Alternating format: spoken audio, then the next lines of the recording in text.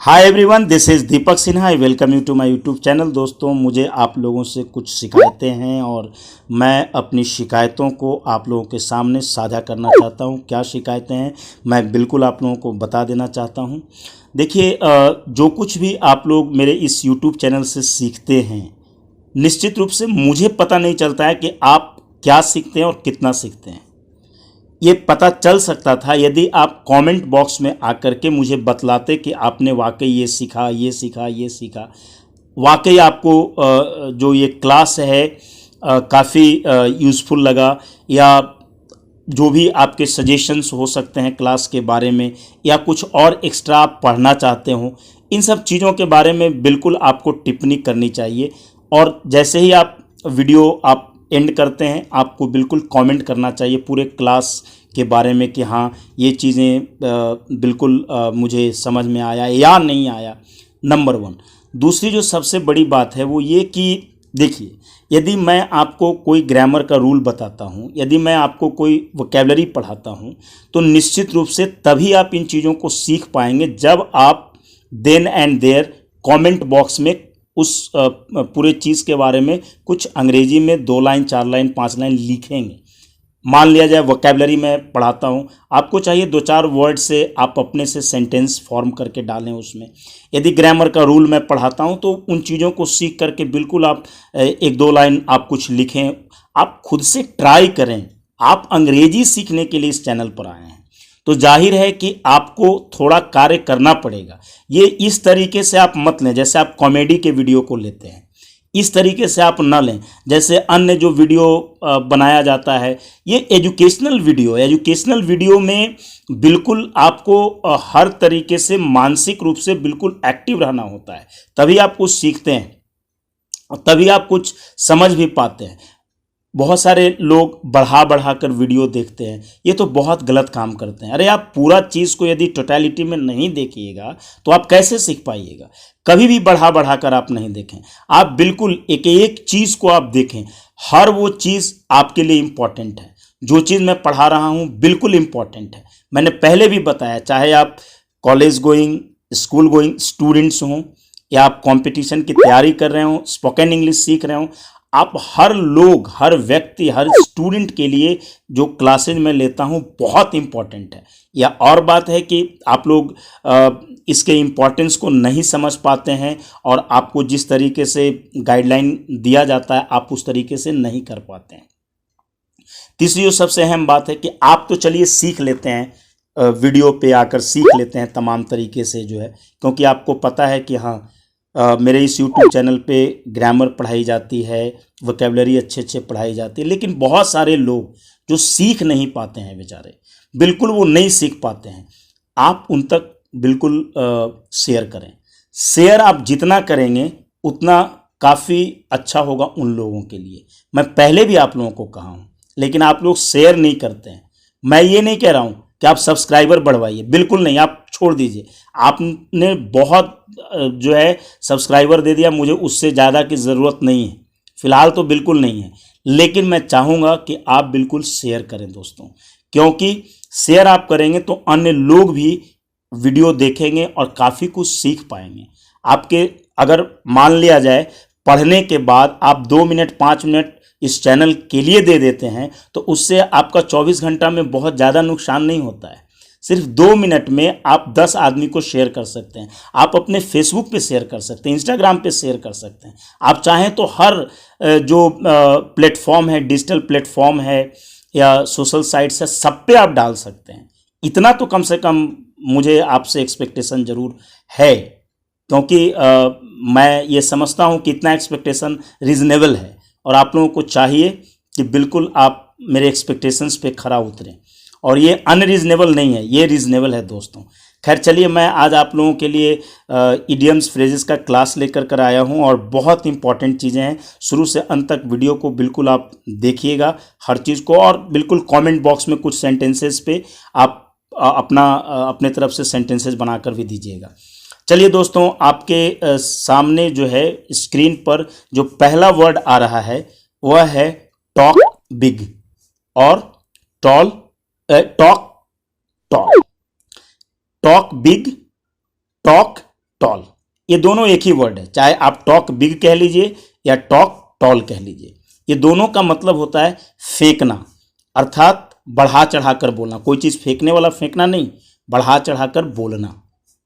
एक सेंटेंस मैंने लिखा है दोस्तों, you are in the habit of talking big, तुम्हें बढ़ा चढ़ाकर बोलने की आदत है, मतलब तुम्हें फेंकने की आदत है। यदि कोई फेंक रहा हो, भांज रहा हो आपके सामने, ठीक है, उसको आप कह सकते हैं you are in the habit of talking big.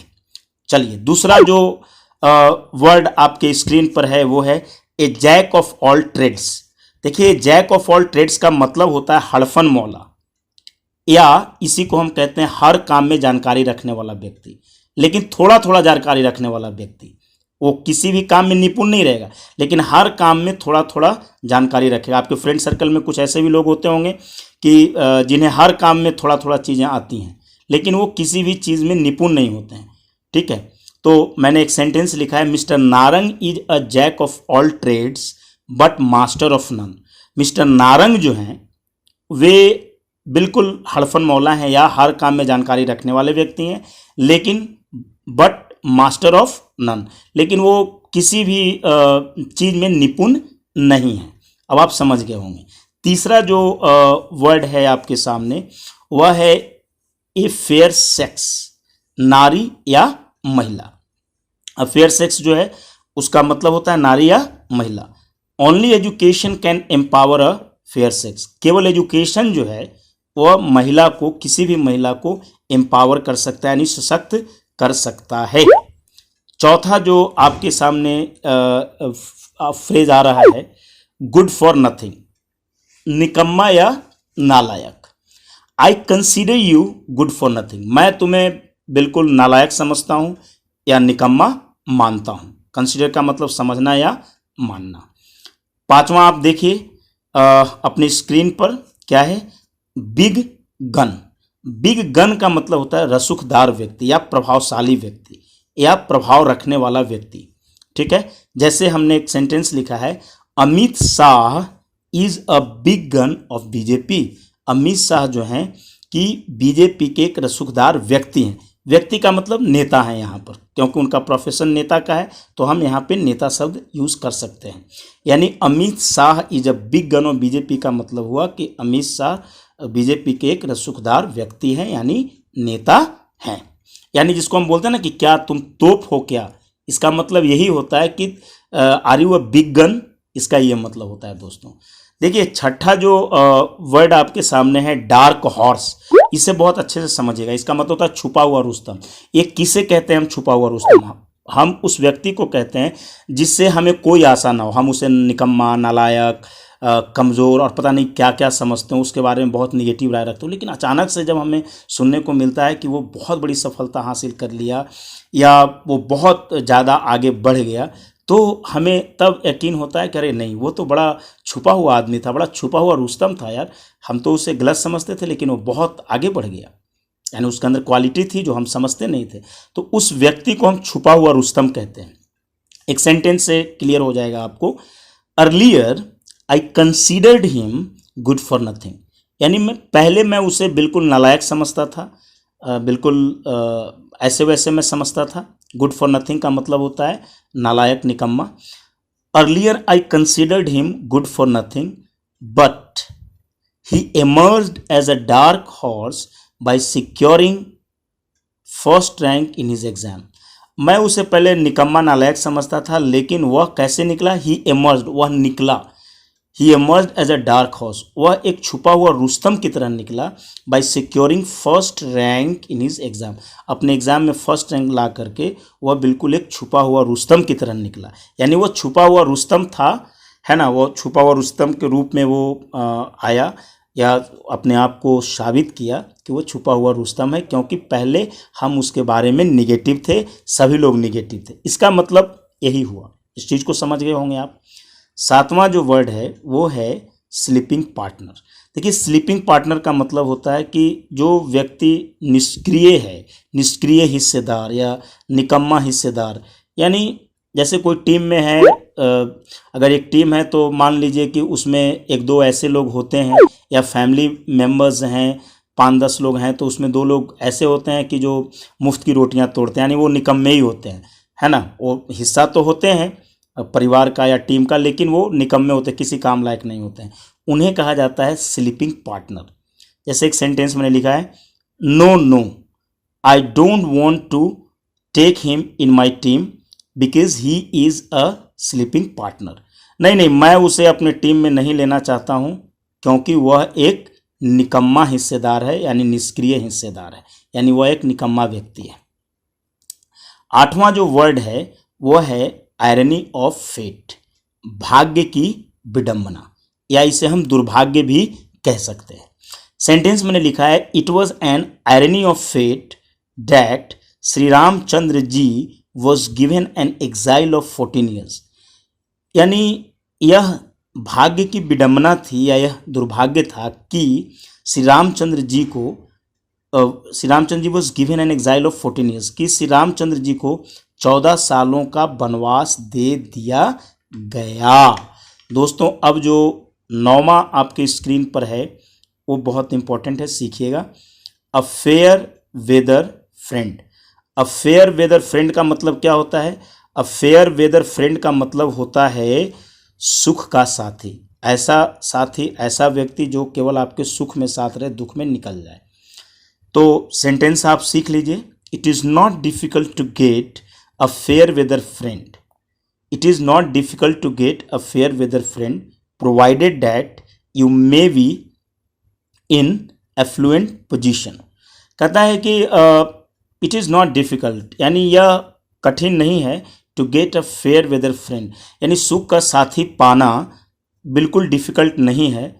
Provided that, बशर्ते कि you may be in affluent position, बशर्ते कि आप एक रिच पोजीशन में हो, आप एक बहुत ही अच्छे हालात में हो। एफ्लुएंट का मतलब अमीर होता है, यानी एक आप अमीर पोजीशन में हो, आप अमीर हालात में हो, यानी आप अमीरी में हो। 10वां जो आ रहा है आपके स्क्रीन पर वो बहुत इंपॉर्टेंट है, ध्यान से सुनिएगा और इसका खूब बोलने में लिखने में प्रयोग कीजिए। ये जितने भी वोकैबुलरीज मैं पढ़ा रहा हूँ दोस्तों, ये लिखने में बोलने में खूब प्रयोग कीजिए आप। बिट अबाउट द बुश, 10वां, या बिट अराउंड द बुश भी इसको हम कहते हैं, घुमा फिरा कर बात करना या घुमा फिरा कर बोलना। सेंटेंस देखिए, please don't beat about the bush, या आप बोल सकते थे please don't beat around the bush. Please don't beat about the bush, come directly to the point, यानी घुमा फिरा कर बात मत करो, डायरेक्टली पॉइंट पर आओ, यानी बिल्कुल डायरेक्ट जो है कि पॉइंट पर आओ, इसका ये मतलब हुआ। 11वां जो है 11th जो है उसे आप देखिए, इन ब्लैक एंड वाइट, लिखित रूप में। इन ब्लैक एंड वाइट का मतलब क्या होता है? लिखित रूप में। जैसे सेंटेंस मैंने लिखा है, the police officer told Eliza to make the complaint in black and white, यानी पुलिस ऑफिसर ने एलिजा से कहा कि टू मेक द कंप्लेंट, यानी आप कंप्लेंट दीजिए। कैसे दीजिए? इन ब्लैक एंड वाइट, यानी लिखित रूप में आप अपना शिकायत दर्ज करवाइए, इसका ये मतलब हुआ। ठीक है, यानी लिखित रूप में शिकायत दर्ज करवाने के लिए पुलिस ऑफिसर ने एलिजा को कहा, इसका ये मतलब हुआ। 12वां है जो कि अंतिम है और वो बहुत इंपॉर्टेंट है दोस्तों, आप इसे ध्यान से सीखिएगा। कहता है ways and means. Ways and means का मतलब होता है तरीका या उपाय या साधन भी हम इसको कह सकते हैं। सेंटेंस क्या है? The prime minister talked to the chief minister of Delhi about all possible ways and means to combat corona virus in Delhi, यानी प्रधानमंत्री ने दिल्ली के चीफ मिनिस्टर से बात किया about all possible ways and means, यानी सारे संभव उपाय और साधन के बारे में। किस लिए? To combat corona virus in Delhi, यानी दिल्ली में कोरोना वायरस से लड़ने के लिए। दोस्तों यह था आज का आपका क्लास और उम्मीद है कि मैंने जो आपको शुरू में कहा है कि प्लीज़ आप लोग जितना ज़्यादा से ज़्यादा हो सके आप शेयर कीजिए। आपका केवल 2 मिनट लगना है, लेकिन वीडियो बनाने में कम से कम 3 घंटा लगता है। आप 2 मिनट से चाहें तो बहुत कुछ परिवर्तन